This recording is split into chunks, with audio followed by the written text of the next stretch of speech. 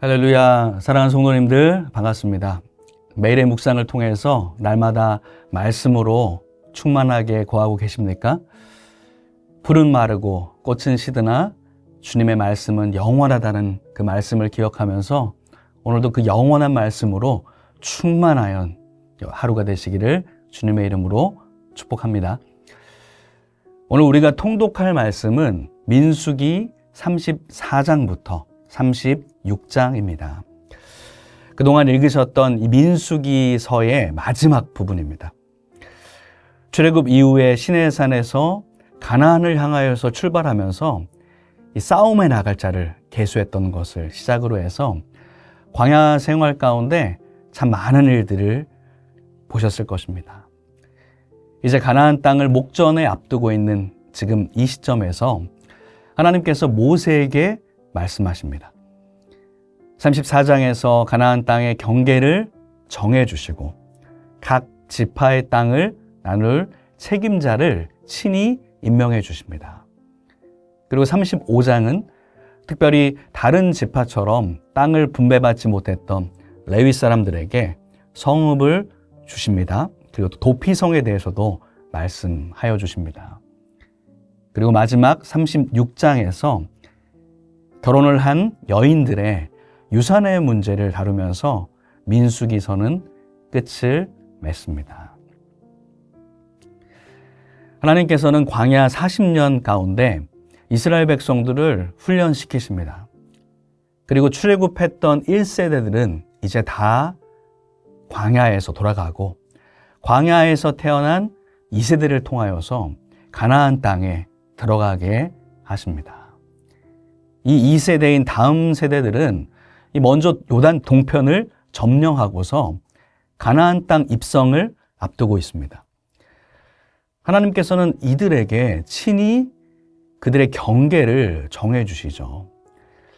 하나님께서 아브라함을 통해서 약속하셨던 그 땅, 하나님 나라를 이 땅 가운데 세워갈 가나안 땅으로 인도해 주시면서 세세하게 모든 것을 지시하여 주십니다. 심지어 이제 각 지파별로 땅을 분배하게 될 텐데 그들의 책임자 리더들까지 그 이름을 한 명 한 명 지명하십니다. 모든 지파별로 땅을 배분받았지만 유일하게 받지 않는 지파가 있었는데 바로 레위 지파였습니다. 레위인들에게는 각 지파별로 받은 그 땅 중에서 가장 좋은 곳으로 성읍과 초장을 각각 주게 합니다. 그렇게 총 48개의 성읍을 얻게 하여 주시죠. 하나님께서는 왜 레위 지파에게는 땅을 분배하지 않으셨을까요? 그리고 각 지파에 흩어져서 살게 하셨을까요? 그것은 레위 지파의 특별한 임무 때문입니다. 레위인들은 어떤 다른 특별한 업을 갖는 것이 아니라 오직 하나님만을 섬기게 되어 있기 때문입니다. 레위인들은 하나님께 드리는 예배를 섬기는 역할, 그리고 하나님의 말씀을 가르치는 역할을 감당하였습니다. 바로 이스라엘 백성들이 자신의 정체성을 지키도록 하기 위하여서 특별한 역할을 맡은 것이었고 그것을 감당하기 위해서 각 지파별로 나뉘어져 또 성읍을 받게 된 것이죠. 하나님께서는 레위인들에게 주신 이 성읍 48개 가운데 특별히 6개의 성읍은 도피성으로 지정을 하십니다. 부지 중에 실수로 사람을 죽인 자들을 위해서 말 그대로 도피할 수 있는 성을 마련해 주십니다. 그리고 이어서 민수기서의 마지막 장인 36장에서는 예전 그 27장에서 다루어졌던 슬로브앗의 딸들에게 아버지의 유산을 상속받도록 허락을 받았었는데 이로 인하여서 발생할 수 있는 그 지파 간의 상속 문제에 대해서 새로운 규정을 제정하여 주십니다. 그것은 바로 반드시 같은 지파 내에서 남자와 결혼해서 그 상속받은 재산이 다른 지파에 넘어가지 않도록 그렇게 명하십니다.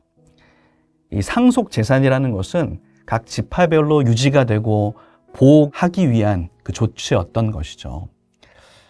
하나님께서는 이렇게 상속과 재산의 문제까지 규정을 주시면서 공동체의 질서가 유지되고 또 조화를 이루도록 지혜롭고 또 공정한 법을 제정하여 주시는 것을 정말 세세하게 명하시면서 그들과 함께 하시는 것을 성경을 통해서 발견하실 수 있을 것입니다. 저는 오늘 성경을 읽으면서 특별히 하나님께서 허락하신 도피성에 대한 말씀을 좀 더 묵상하고 싶습니다.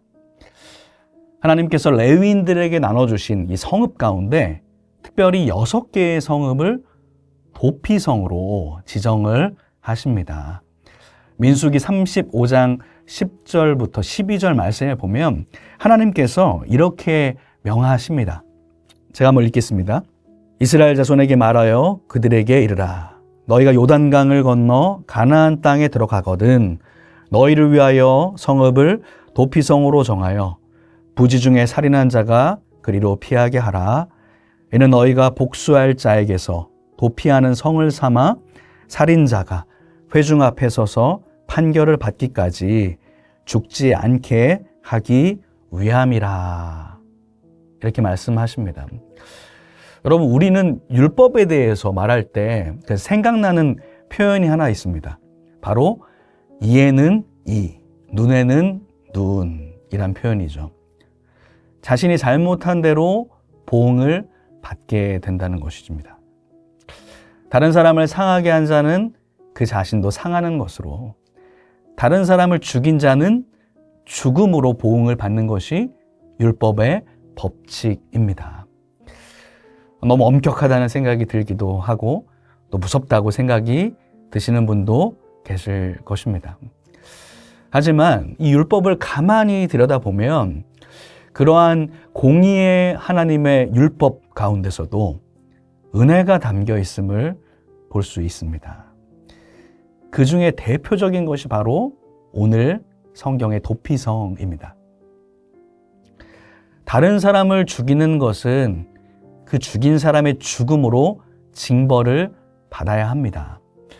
35장 16절에서 말씀부터 보면 이렇게 기록합니다. 만약 철연장이나 돌이나 나무 연장을 손에 들고 살인한 자들 혹은 미움으로 악의로 사람을 살인한 자들은 반드시 죽이라고 명하십니다. 하지만 실수에 의해서 사람을 죽인 자들이 이 도피성으로 피하면 죽음을 면하도록 하게 하십니다. 바로 도피성 안에 있기만 하면 그 죽음에서 면하게 되는 보호처, 도피성이 되는 것이죠. 여러분, 이 도피성은 무엇을 의미할까요? 우리에게 어떤 의미를 담고 있을까요? 바로 하나님의 사랑과 은혜를 보여주시는 상징이 됩니다. 죄를 지었지만 실수로 그것을 범하거나 혹은 정당방위의 경우에는 예외로 하여서 죽음을 면할 수 있는 장소가 바로 그곳입니다. 구약에서 이 도피성이 은혜의 장소가 되어지는데 신약에서는 도피성이 무엇일까요? 바로 예수님이 우리의 도피성이 되어주십니다. 죄로 인하여서 죽을 수밖에 없던 우리들이 그분께 가기만 하면 죽음을 면할 수 있고 구원을 얻을 수가 있습니다. 예수님이 바로 우리의 도피성이 되시는 줄로 믿습니다. 때로 우리의 죄악 가운데 또한 실패 가운데 우리의 지치는 상황 가운데 있는 우리들에게 예수님은 무엇이라고 말씀하십니까?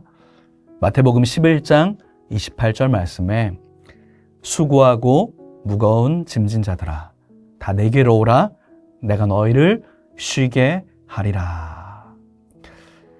예수님께서 우리의 모든 수고하고 무거운 짐을 맡아주시고 또 쉬게 하여 주시는 도피성이 되신다는 것입니다.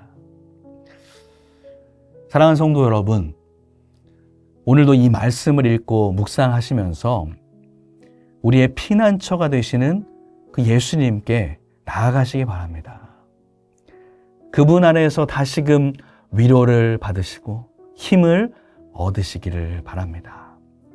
그리고 요한복음 6장 40절 말씀에 내 아버지의 뜻은 아들을 보고 믿는 자마다 영생을 얻는 이것이니 마지막 날에 내가 이를 다시 살리리라 하시니라 말씀합니다.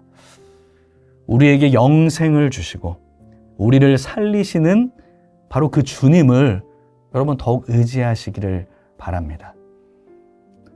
나를 살게 하여 주시는 예수님, 그리고 말씀을 붙잡고 나아가시는 여러분의 오늘이 되시기를 주님의 이름으로 축원합니다. 기도하시겠습니다. 우리의 수고하고 무거운 짐을 맡아주시는 주님, 우리의 피난처요 도피성이신 예수님을 더욱 의지하게 하여 주옵소서. 이제 민수기의 말씀을 묵상하며 하나님의 백성들을 사랑하셔서 세세하게 길을 인도하시고 또한 은혜를 주시는 하나님을 이 말씀을 통하여서 발견하게 하여 주옵소서. 오늘도 주님의 말씀을 의지하며 그 은혜로 충만하게 하여 주옵소서. 예수님의 이름으로 기도하옵나이다. 아멘.